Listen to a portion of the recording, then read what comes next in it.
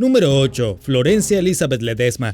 Una jauría de perros atacó brutalmente a Florencia Elizabeth Ledesma, de 23 años, el año pasado, cuando salía a correr en el pueblo puertorriqueño de Albardón, cerca de San Juan. Hizo todo lo posible para escapar de los 6 o 7 caninos, que continuaron mordiéndola mientras llamaba a su hermano, Enzo Ledesma, y le suplicaba que la ayudara. La llamada se cortó después de unos momentos. Florencia volvió a marcar a su hermano, pero esta vez lo único que podía oír eran los gruñidos y ladridos de los perros de fondo. Enzo, que es policía, subió a su motocicleta y buscó frenéticamente hasta que se encontró con la espantosa escena. Los perros feroces también se abalanzaron sobre él, pero logró asustarlos disparando su arma. Para entonces Florencia no respondía. Murió en una ambulancia camino al hospital por heridas en sus brazos, torso y piernas. Los investigadores determinaron que la joven se desvió de su ruta normal de trote cuando fue atacada por los perros, quienes resultaron no tener dueño. Número 7. Karina Vetrano. Karina Vetrano creció en el vecindario de Howard Beach, en Queens, Nueva York, donde vivía con sus padres Phil y Katie.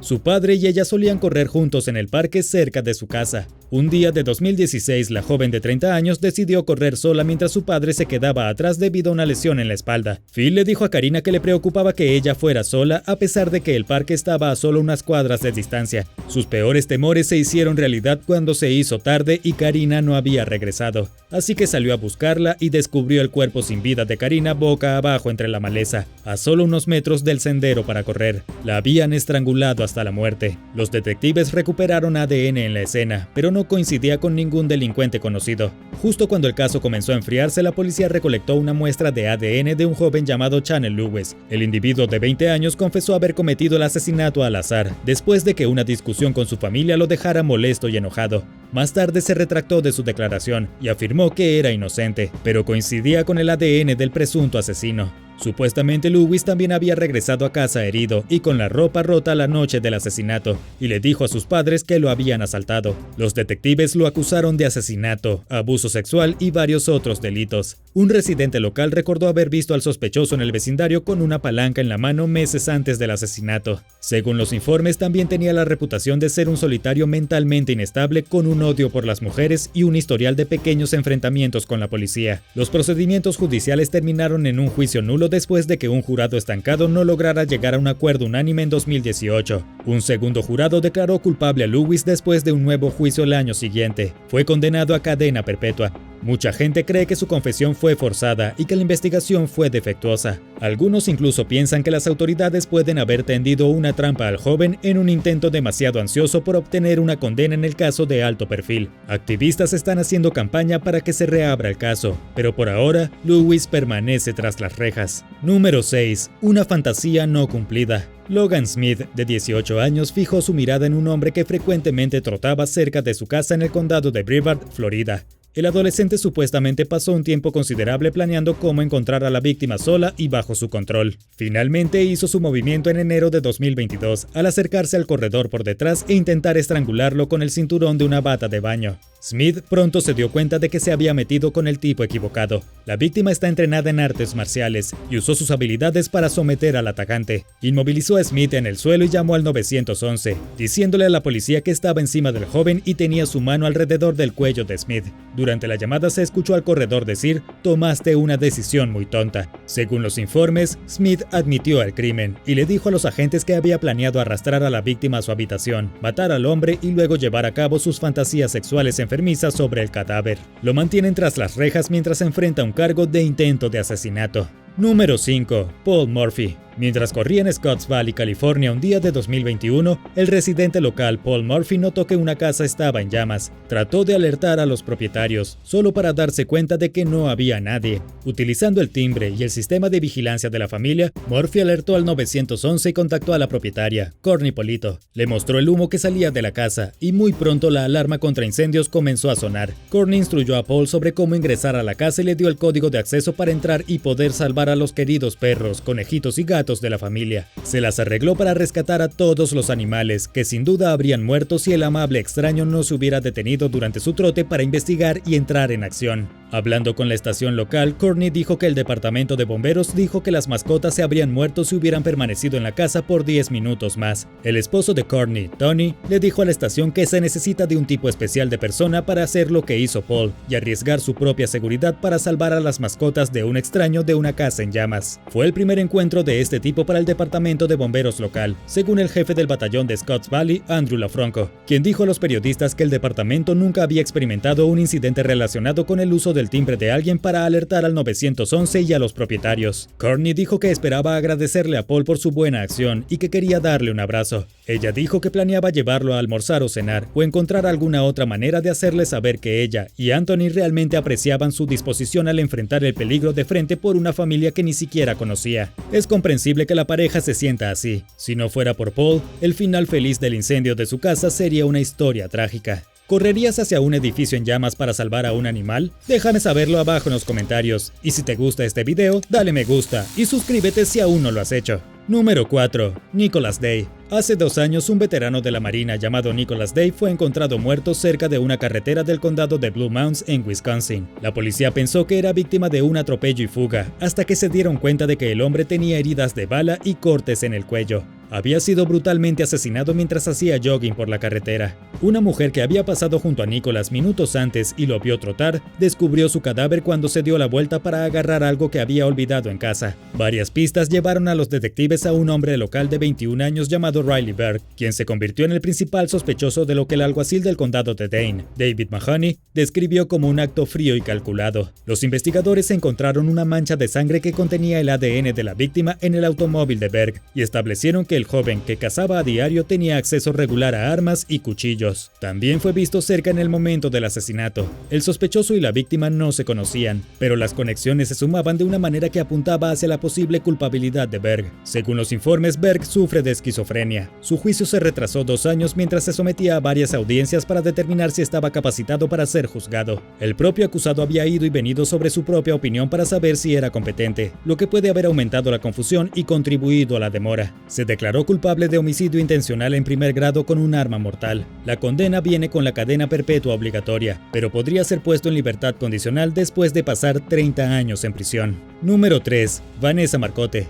Vanessa Marcotte era hija única, nació y se crió en Massachusetts, pero terminó en la ciudad de Nueva York después de conseguir un trabajo en Google. Mientras visitaba a su madre en Princeton el 7 de agosto de 2016, la joven de 27 años salió a correr sola por un camino rural. Debía tomar un autobús de regreso a la Gran Manzana más tarde ese día, pero nunca regresó de su trote, lo que llevó a sus preocupados padres a llamar a la policía. Inmediatamente se inició una búsqueda. Lamentablemente, Vanessa fue encontrada muerta en una zona boscosa a menos de 800 metros de la casa de su madre. Estaba desnuda y sus manos, pies y rostro estaban quemados. La joven parecía haber sido agredida sexualmente y estrangulada. Su nariz estaba rota y había sufrido heridas por aplastamiento en la garganta. Según algunos de los últimos testigos que vieron a Vanessa con vida, un vehículo parecía estar persiguiéndola esa tarde, pero nadie parece haber visto de primera mano la intensa lucha que le costó la vida a la corredora. La policía lanzó una línea de información de 24 horas y aconsejó al público que estuviera atento a un hombre adulto con rasguños, cortes y moretones en la cara y los brazos. También revelaron que creían que Vanessa murió durante un ataque al azar, en lugar de a manos de alguien que conocía. Mientras tanto, el ADN que se cree que pertenece al asesino fue enviado al laboratorio estatal para su análisis. El presunto asesino finalmente fue capturado a principios de 2017, cuando la policía detuvo a Ángel Colón Ortiz, de 31 años, en Worcester, Massachusetts. Era un padre casado de 3 hijos sin antecedentes penales, lo que lo hacía parecer un sospechoso inusual, pero sus vecinos lo describieron como pervertido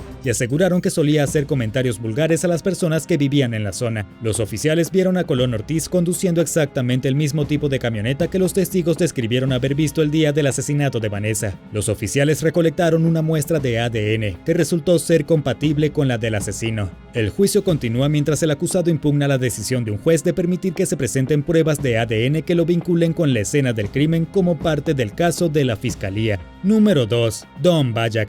Los peatones y los ciclistas tienen tanto derecho a la vía como los que están al volante de un vehículo de motor, pero los conductores a menudo se olvidan de tener en cuenta a esta población cuando salen a la carretera, y a veces esto lleva a la tragedia. Don Bajak, de 50 años, estaba haciendo su trote matutino de rutina justo después del Día de Acción de Gracias en 2020, cuando un vehículo pasó una luz roja y lo atropelló fatalmente. Estaba cruzando la intersección en la que el conductor, Frank Flora, no se detuvo. Flora recibió una multa por pasarse un semáforo en rojo en lugar de una infracción de tráfico, lo que le ahorró tener que pasar tiempo en la cárcel. No refutó el cargo, y un juez suspendió su licencia por un año y lo multó con $1000. La familia de Don estaba decepcionada por el resultado del caso, especialmente porque Flora tiene un extenso historial de infracciones de tránsito, incluida una multa por exceso de velocidad que recibió después del choque mortal. Su esposo, Anthony, le dijo a la estación local que el hombre debería haber recibido una sentencia más fuerte. Le dijo a los periodistas que no querría este dolor en nadie, y agregó que lo que sus hijos, familiares y él han soportado es nada menos que un trauma puro, un trauma evitable.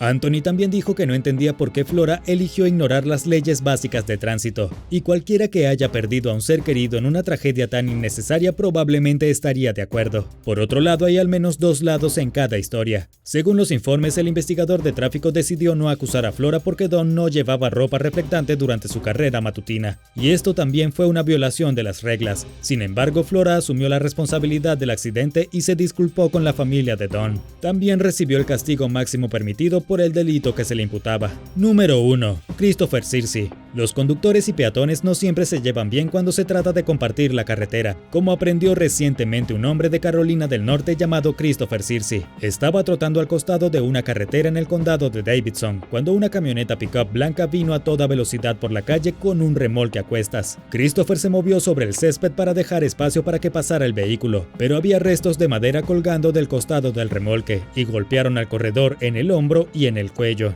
Cayó al suelo con un gran corte en el cuello que requirió 13 puntos. La terrible experiencia también dejó al corredor lesionado con un collar ortopédico. Christopher le dijo a la estación local que ni siquiera estaba seguro de si el conductor se dio cuenta de que había golpeado a alguien, y especuló que el automovilista tal vez estaba distraído. Afortunadamente, Christopher evitó golpearse la cabeza y permaneció consciente. Mientras caminaba hacia su casa, se dio cuenta de que estaba más herido de lo que pensaba originalmente. Tenía un agujero en el cuello y sangraba. El hombre llegó a casa con la ayuda de una tía que vive cerca, y luego tomó una ambulancia al hospital. Los médicos le dijeron a Christopher que tuvo suerte de no haberse lastimado más y que podría haber terminado con el cuello o la tráquea rotos, o con una arteria o una vena cortadas. Le ordenaron que se tomara un descanso de 6 semanas, pero el incidente le arruinó por completo las carreras al aire libre. Christopher dijo que simplemente se sienten demasiado peligrosas ahora, y agregó que los no conductores tienen derecho a usar parte de la carretera y deberían poder hacerlo de manera segura. Y con esto llegamos al final. Gracias por ver el video. ¿Qué es lo peor que te ha pasado en una carrera? Déjame saberlo abajo en los comentarios. Y no olvides darle me gusta al video, suscribirte y activar las notificaciones, así verás más videos interesantes como este.